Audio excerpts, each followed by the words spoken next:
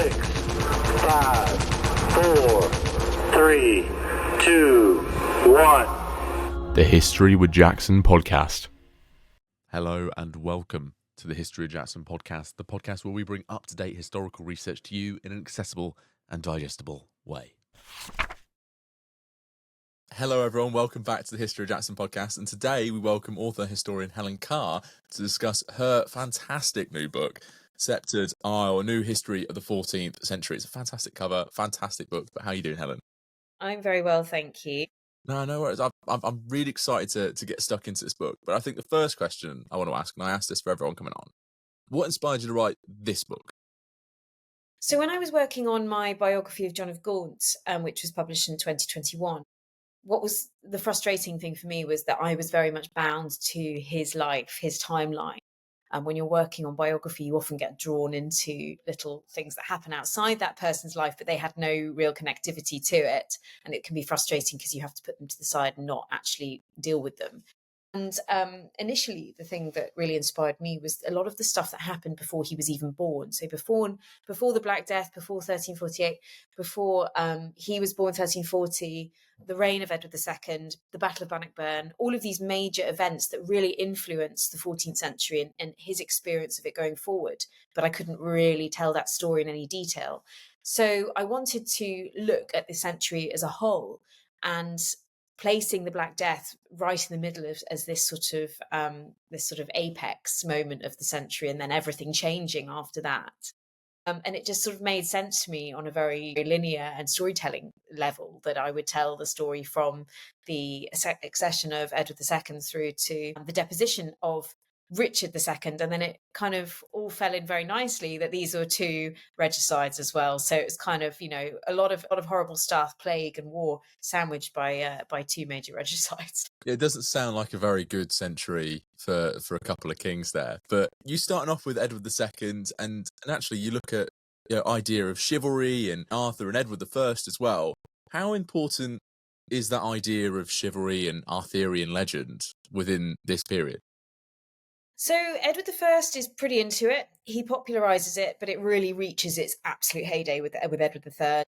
Edward I, I open the book in a very sort of eerie ceremony that Edward I conducts at Glastonbury Abbey, which he had the sort of purported remains of Arthur. I say that because it definitely wasn't Arthur. Exhumed and reburied in a specifically commissioned tomb, which unfortunately doesn't survive to this day. So you can't go and see it, which is a shame.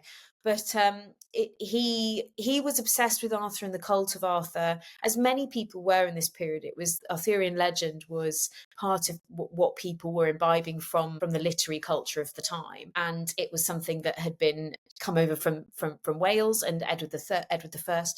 So Edward I he'd conquered Wales, and he had successfully in the 13th century created this formidable ring of castles there. So he was also very invested in taking on Welsh legend and mythology and sort of immersing that within his own kingship. He did have an ulterior motive to taking on the Arthurian mantle. But then it really was important in the reign of Edward III. And for a similar reason, I mean, these sorts of legends and national mythologies are very useful when it comes to propaganda for kings. It's something that is popular for people who are within the realm. It's what they're listening to. It's part of the culture of the period, and it's what people, as again, even into the middle and later 14th century, it's the stories that people are telling each other. And Arthur is an incredibly popular figure by this period, and I mean he still is today. People are still fascinated in Arthurian myths and legends because they're just brilliant stories, and they were then.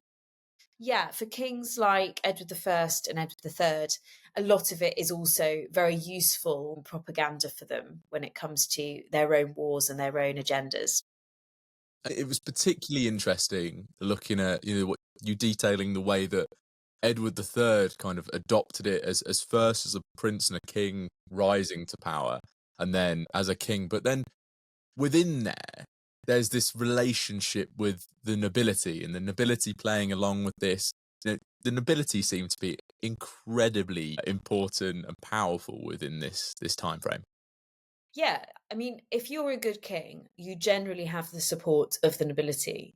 A king is not somebody who rules entirely on his own in that respect. You have to have a very sound social hierarchy and structure. So you have the king at the top. He's appointed by God. He's the sort of spokesperson for God on this realm, aside from the Pope. And then you have, the hierarchy of the nobility all the way down. It's that sort of traditional feudal hierarchy that you see in your GCSE history, and that triangle of the serfs right at the bottom and then the king right at the top.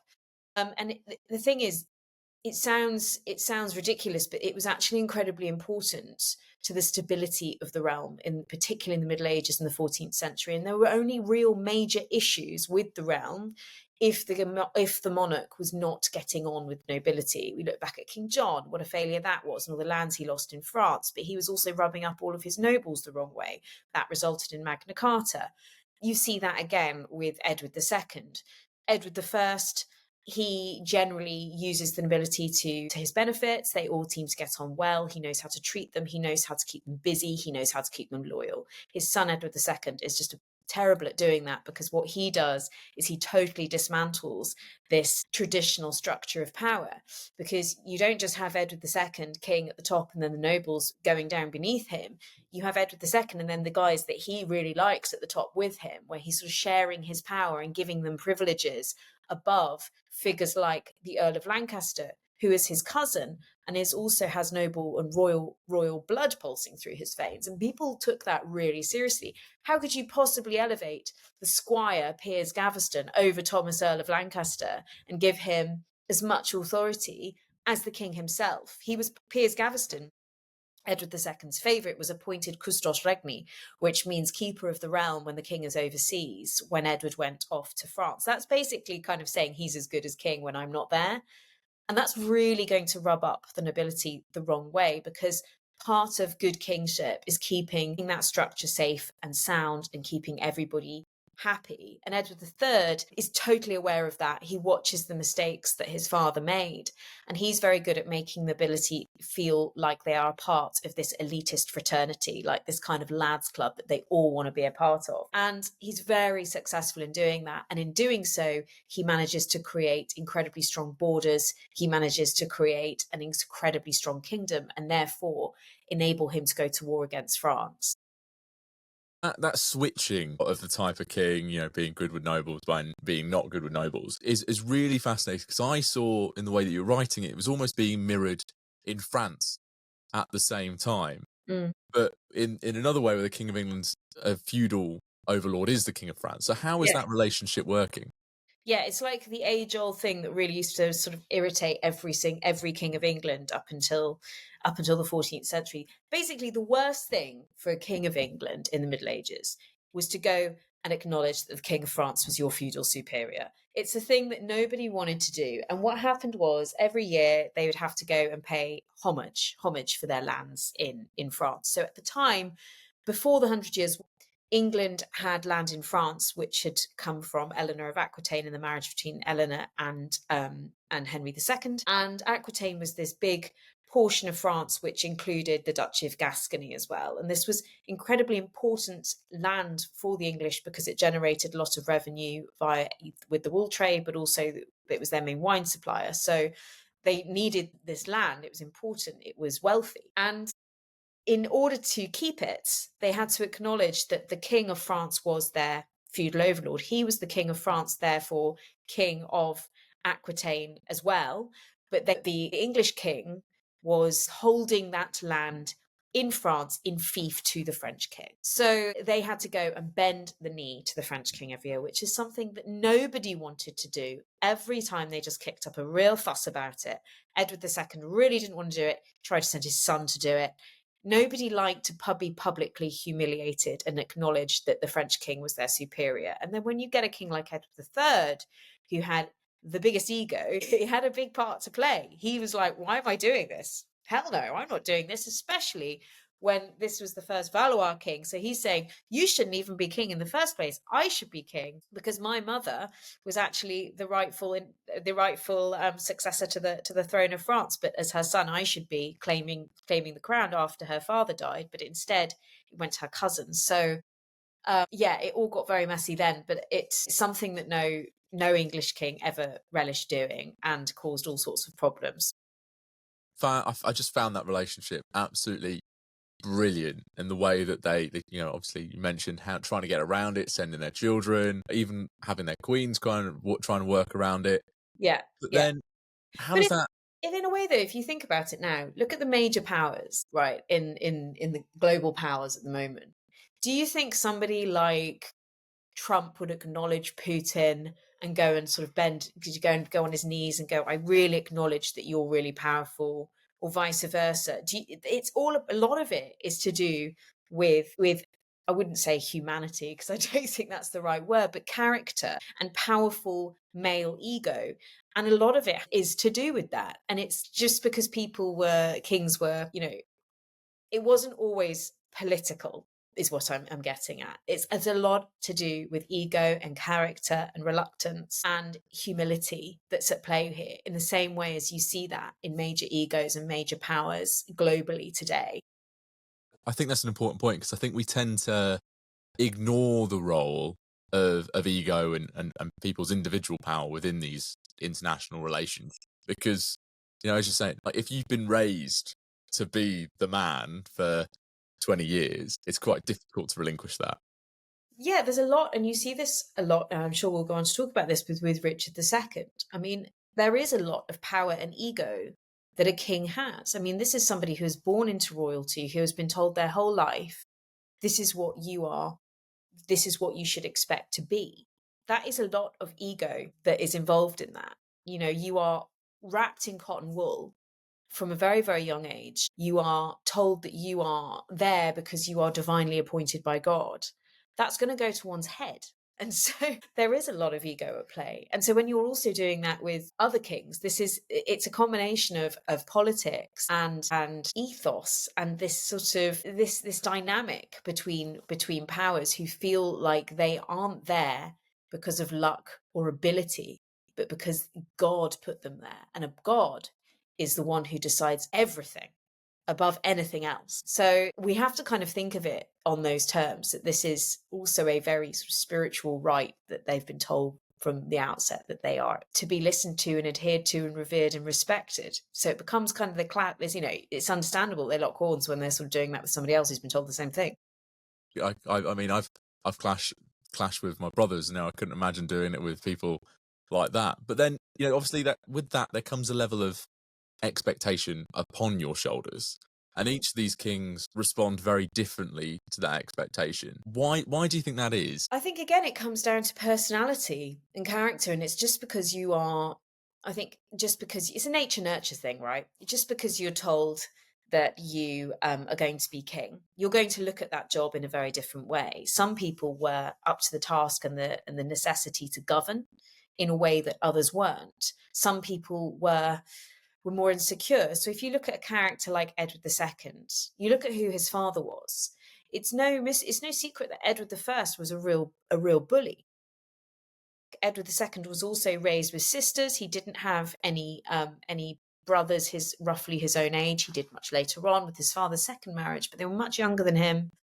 He was quite lonely. I mean, he had to have young men put into his household to keep him company. It's where he met Piers Gaveston. He was quite an insecure, unsure individual. He was stepping into these great shoes, and he had everybody telling him that likely all the time. He was always being told what to do. It was sort of a self-perpetuating thing. He makes a mistake and then everyone sort of tells him everything that he should be doing, and then he loses his nerve and then makes more mistakes, makes more errors, and then throws his toys out the pram, and he's like, well, I'm just going to do what I want anyway. And then it all collapses. And Richard II was not dissimilar, but the only difference between Richard was that he was, I think, psychologically a possibly quite unwell individual. He was a despot, he was a tyrant. But I think he probably did have something along the lines of borderline personality disorder or narcissism. And when he's put into that position of power with something like that, with that sort of built characteristic, that natural instinct to lash out and to be aggressive and violent and think that everything is about him, That's very dangerous. And again, he was told constantly about what his father would have done, what his grandfather would have done, his father being the Black Prince, who died before his grandfather did. So again, he's got big shoes to fill, but he has no interest in filling them in the same way. I also wonder whether with Richard, he was a character it was a sort of paralysis, that, well, I'm never going to do it as well, so I may as well not bother sort of attitude. So yeah, I think when you look closely, there are ways of understanding the individual psychologies of these kings and what made them into who they were. Edward III was the opposite, of course, to Edward I and Edward II, and to Edward II and Richard II, in that he had observed his father making mistakes for years. He also had a very powerful and formidable mother who he learned a lot from, which conveniently people like to forget that actually he learned a lot from Isabella. So I think you have to sort of I think you have to look at the bigger picture, and I think you have to look at it as both characteristics that people are born with, their nature, but you also have to look at what the environment was that they were born into and what their circumstances were. No, I've certainly, certainly going through the book and reading about these characters. Some of them are born into incredibly difficult circumstances, with England going through crisis, war. How does England respond to not only war with France, but then the Black Death as well, which plays a crucial role in your book? Yeah, as in, how does England as a nation respond, or how do the kings respond? In both ways, really, because I think that you can kind of see them tying together. Yeah. Well, in the 14th century, the major power is the king. He's, as we've said, he's been divinely appointed by God. When you're thinking about war, this was something that had to be sanctioned by Parliament. Parliament had to agree to fund it. The king couldn't just do what he wanted. That was all part of Magna Carta, that it wasn't something he could just be like, right, we're all going to war, get on your horses, let's go. It didn't really work like that. But what Edward III was very good at doing was making war a national incentive. He ensured that it was law that people did archery practice. He wanted to create a formidable force of English archers, which he did very successfully. Feudalism was still a thing. If you worked the land and you were overlord, went to war, you kind of put your stuff down, your pitchforks down, and you went off with him. That's how it worked. But you also got a wage, which was helpful. There was a base wage for every soldier, including sort of your average foot soldier. If you had particular skills, like you were a great archer, mounted archers got the highest wage. That was also another incentive to go for wage. But another really big incentive, actually, for the layman to go to war was looting. It was the aspect of war that's very unpleasant, but was the largest aspect of the 100 Years' War. There were actually very few battles in the 100 Years' War.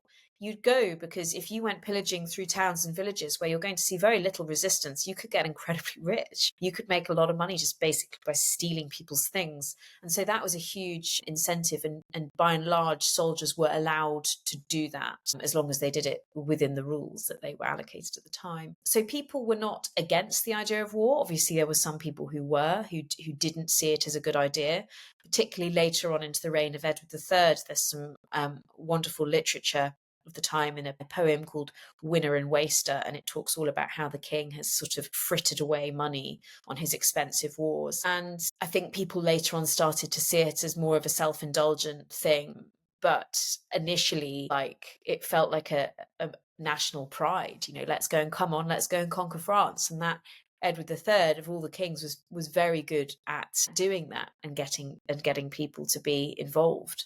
In regard to the plague, that is separate from the king in people's response, because this was considered to be the wrath of God, and people were looking for reasons. He's like, what have we done? What are our crimes as human beings against the Almighty that has caused him to inflict this on us? To people, it was biblical. I mean, this was a biblical moment for people. They thought it was the end of the world. They thought it was the apocalypse. And if you can only imagine the sights, it probably did look apocalyptic. You're losing 50% of the population, if not more, in certain areas. That is an extraordinary level of loss. And to think it's not really something I think that we can comprehend in our modern day in relation to how anarchic that would look. So from the sources you get from people in the realm, there was a lot of fear, there was a lot of reasoning, trying to understand what was happening. There was panic, and there was also a sense of grief and loss and absence as well. I mean, when there's nobody left to record what happened, it's very difficult to necessarily get this large understanding of England as a whole as to what happened. You see it if you're looking at manorial accounts, you see a massive decline in the amount of people who are living on the land. So in that immediate aftermath, there's a real silent, like an eerie silence almost, and you just see a dearth, you just see a drop of people. And then following that, as you go into the later century, you start to see changes for people in England. There's a revolution, a technological revolution. So the advent of the watermill, when you have fewer people able to physically grind grain to make bread, instead people are having to be innovative. It's this boost in innovation, and people in some ways had a better quality of life because of this innovation. They started to drink more, so ale was mass produced. So women who were called brewsters, you would traditionally brew ale in the house. They came out and they created, I suppose, what we would think now as a pub. You'd have pubs and breweries, and you'd have people creating ale on a greater scale than before. So there were lots of positives that came out of it. You saw a lot of rural life being abandoned. People were flocking more towards cities and these commercial hubs where there was more work. So market towns and things, you'd see a lot more people kind of flocking towards those sorts of areas. And so you would have these villages and hamlets just completely abandoned. And there is still, in some places in the country, you can still see the remains of some of these abandoned villages. It's quite a scary reminder of what happened. And it's really interesting to hear you talk about the emotional response there to the Black Death, because I think it's something we don't discuss enough in a way. Well, I think it's because, as I just mentioned, there is an absence of evidence. And I think it's just about how you look at the evidence. I mean, traditionally, historians are nervous to think about how you can look for emotion and feeling in source material, because it's how do you even understand the emotions of the age in the first place? Were people identifying with the same emotions as we do today? What was their emotional language? We know that people did experience grief and sadness, but how was that expressed? Was that expressed in the same way as we would now? And in many ways, yes, it was. And I think that the wonderful thing about writing narrative history is that you can take micro examples without having to take more of a sort of macro view, as you would if you were working on an academic piece on this. So you are able to see a piece of evidence in the record and use that to tell part of the story in a way that you can't do that if you're doing academic work. And that is where you can really unpack this idea of emotion and feeling. And it is there.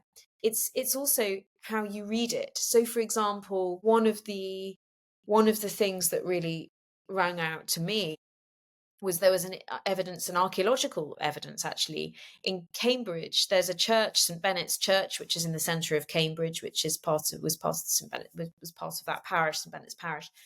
And it was built, Corpus Christi was the college that was built right next to it. And that was founded by members of Cambridge. It was members of the guild. So this was a secular founding of a college. And it was also people of the city of Cambridge, not kings, not queens, who founded this college, which was radical. It was an unheard of thing. And they did that because the plague was coming into Cambridge. They knew it was coming, and people wanted to found something that was attached to the church that would enable people to pray for the souls of the dying and the dead, because the parish was so overwhelmed.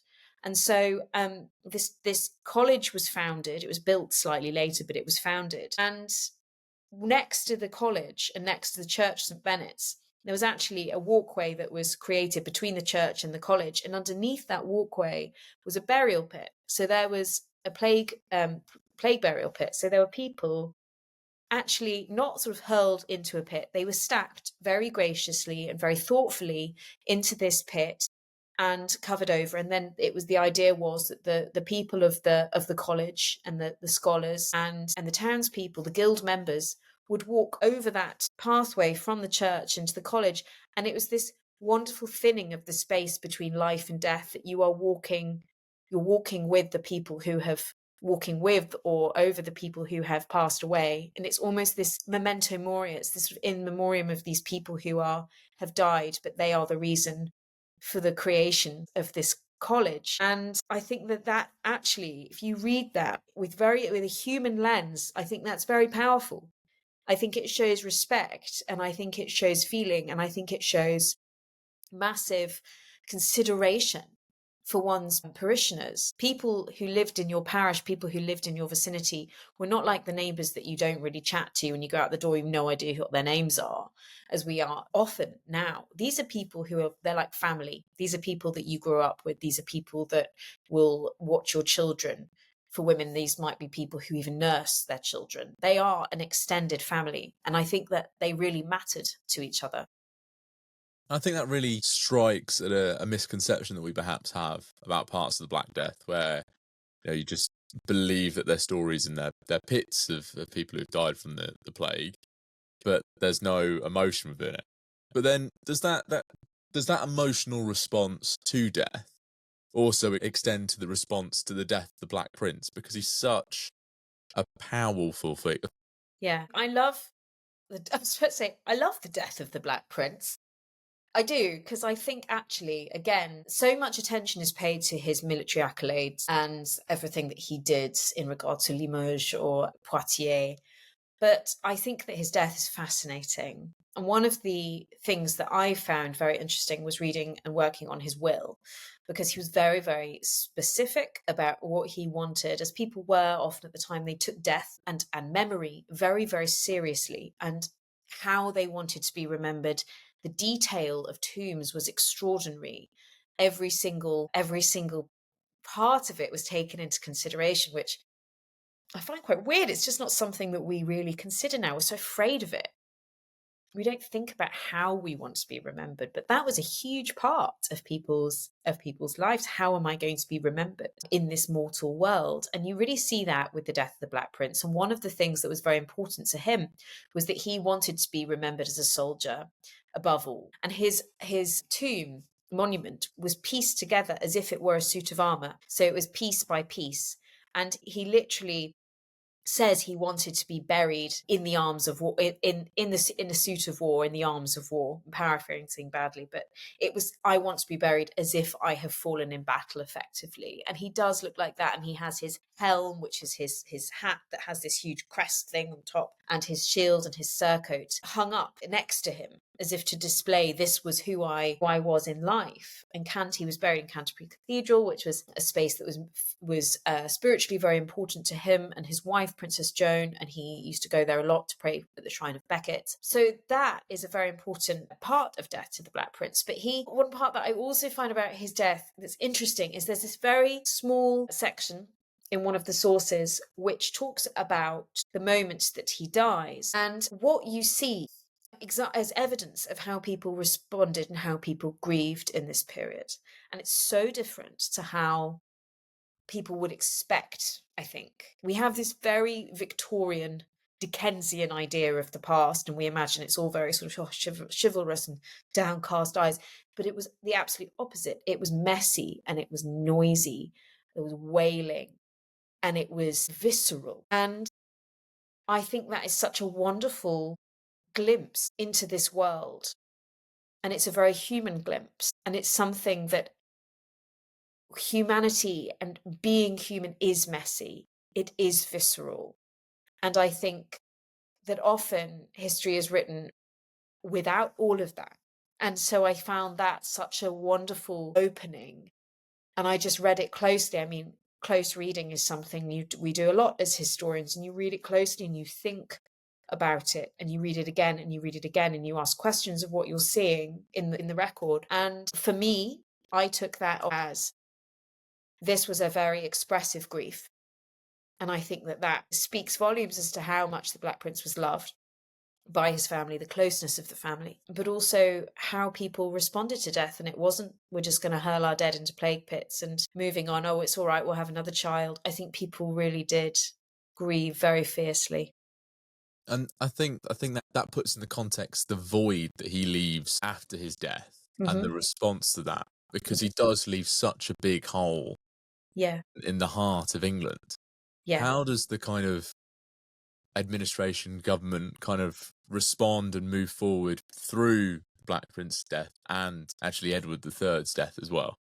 Yeah. Well, that's a good question, because I think we always think about the natural succession and natural order of things, that you go from Edward III, he dies, and then it's Richard II. But actually, I would say the decline of this grand age of chivalry and this really important period of war and success and glamour, and aren't we so wonderful, we're doing so well, let's go conquer France, hooray for St George. It really ends with the death of the Black Prince and the decline of the Black Prince. So it sort of starts before his death. I think the Battle of Nahera was the moment that the Black Prince, it was the final glorious battle. Then he gets really sick after that, and he suffers from this debilitating illness, possibly a cancer. We know that he was very unwell in his bowels and his stomach, and eventually he had to be carried around on a litter. So he was wasting away. And with that, you've got this sort of icon of chivalry. I mean, this is Ich dien. It's I am, the three feathers plucked out of the helmet of John of Bohemia. I am the hero of Cressy, and he's being carried around on a litter. And his father is also aging. He's declining. He has a series of strokes in the 1370s. It marks the death of Philippa of Hainault, who really kept her husband Edward III. She was a real kind of pillar of strength in this period. It is really the sort of decline of chivalry and the decline of that sort of wonderful period of warfare and victory and war in France and brotherhood. And that's very clear with the death of the Black Prince, because only a year later is the death of Edward III, and then you have this child king, Richard. He's not really able to do anything. So, you go from this great position of power with a formidable king, with a handful of very successful, very capable sons, spearheaded by the Black Prince, who goes off to be Prince of Aquitaine. He rules Aquitaine on behalf of his father. And then you have his decline. You have the death of Lionel, who was his younger brother, the older brother of John of Gaunt, who dies in Italy, apparently from eating too much at his wedding feast. I doubt that. And then you have the death of the Queen, Philippa of Hainault. And it's this sort of collection of awful occurrences that weaken England as a realm, weaken Edward III, who's already becoming weaker. And there's this wonderful image of Edward III just before he dies, and just after the death of the Black Prince. And it's the last Garter feast that he is able to preside over. And he's sort of this withered king in his throne, and he's sort of staring out. And in a way, it marks the decline of him as well, the decline of the whole period of chivalry and glory. And it would have possibly been rendered more glorious if Edward had died young, I think, as in King Edward.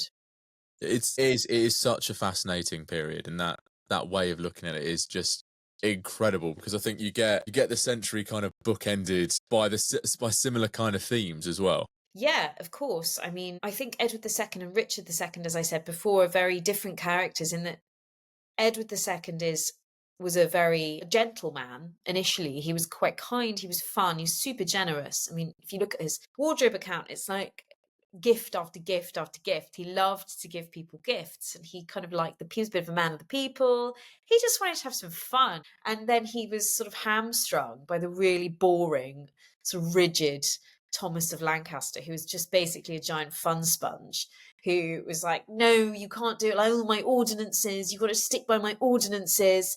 And you can imagine, I mean, I was writing about the ordinances. I wanted to whack my head against a brick wall, because I was like, to be sort of bound by them has been immensely frustrating. I can kind of see why Edward was so cross and so fed up. Was like, just give me my friend Gaveston, who at least I can have some fun with.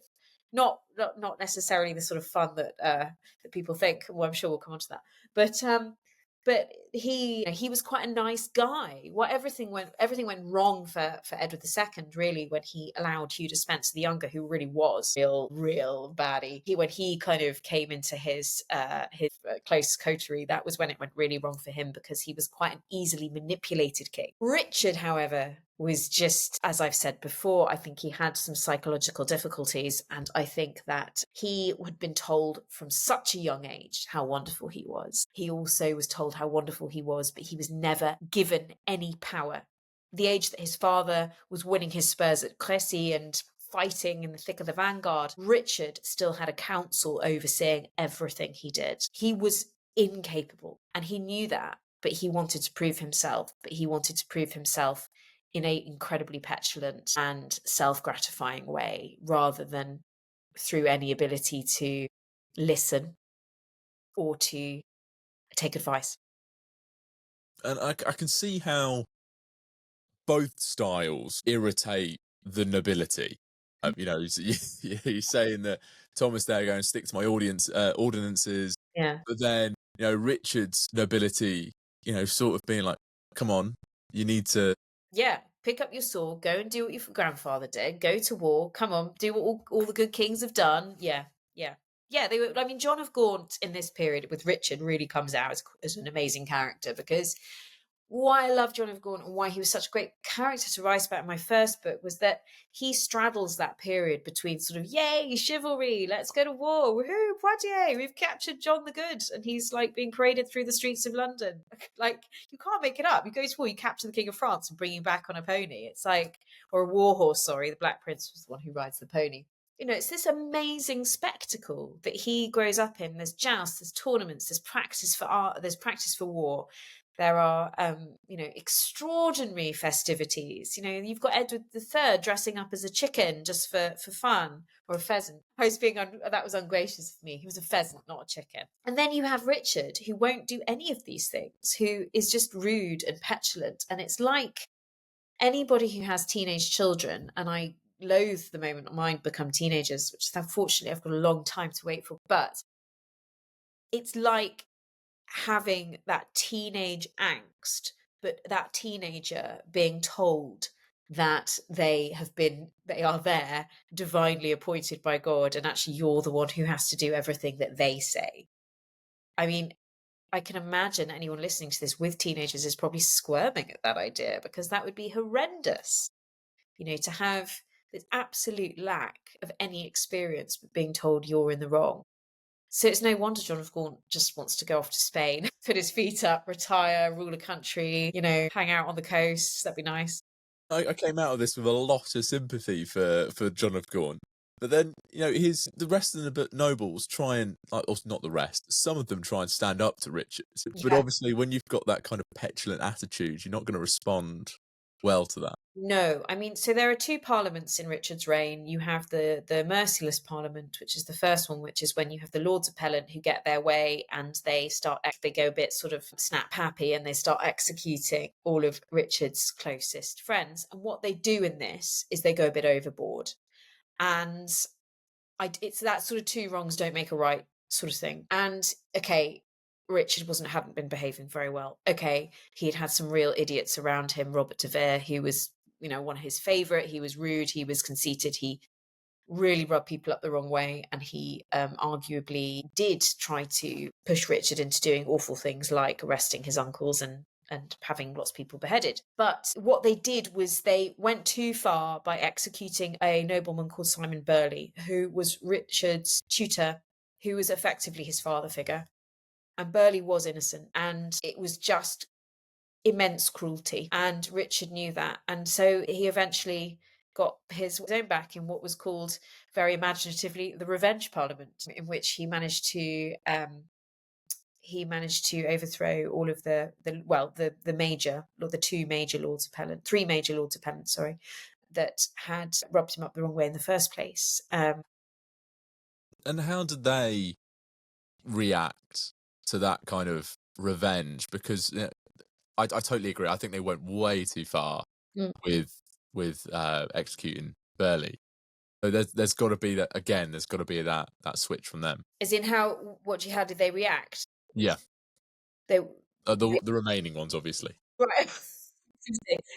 They were killed. Yes. So the remaining Lords Appellants, you had 5 Lords Appellant in total. The spear, once you spearheaded the whole appellant action, were called the United or Undivided Trinity, and that was the Earl of Warwick, that was the Earl of Gloucester, who was Richard's uncle, and it was the Earl of Arundel. And they were all eventually killed. The Earl of Gloucester was taken off to Calais and allegedly sort of suffocated with a mattress in the back of a pub or hostel. And the other two were Arundel was beheaded and Warwick was exiled. So he went off to had everything taken from him, all his wealth, and he was exiled.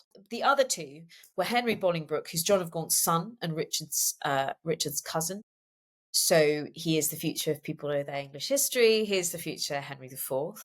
And the other one was Thomas Mowbray, who was another nobleman. And he, after the Revenge Parliament, basically became Richard's little shadow and was like, anything for you, Richard? Of course, Richard. Absolutely, Richard.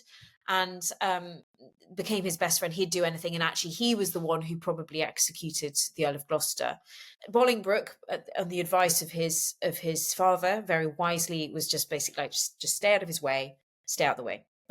And it did help that Bolingbroke and Mowbray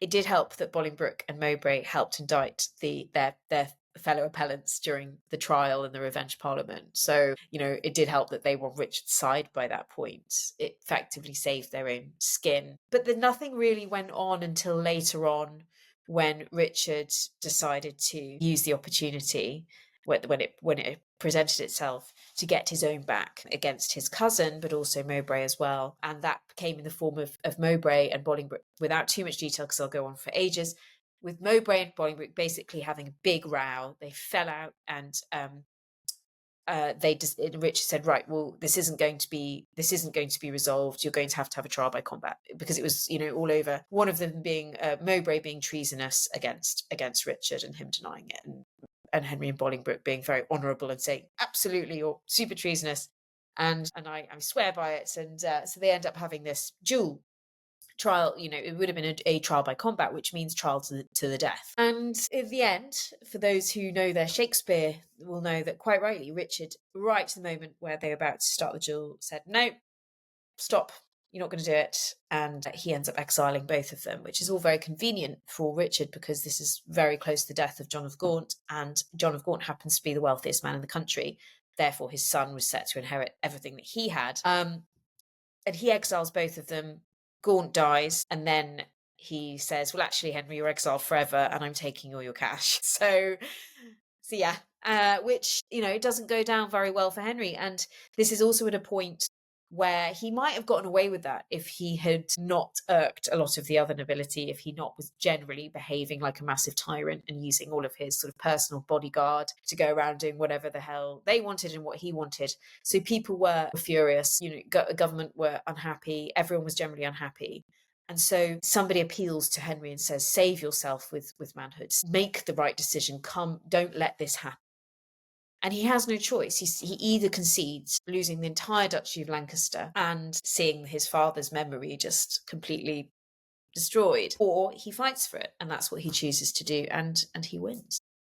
And I think Henry Bolingbroke is such an awesome character, and I think the only person I don't emerge with much sympathy for within the whole book is actually Richard. Yeah, because it's such a tyrannical figure.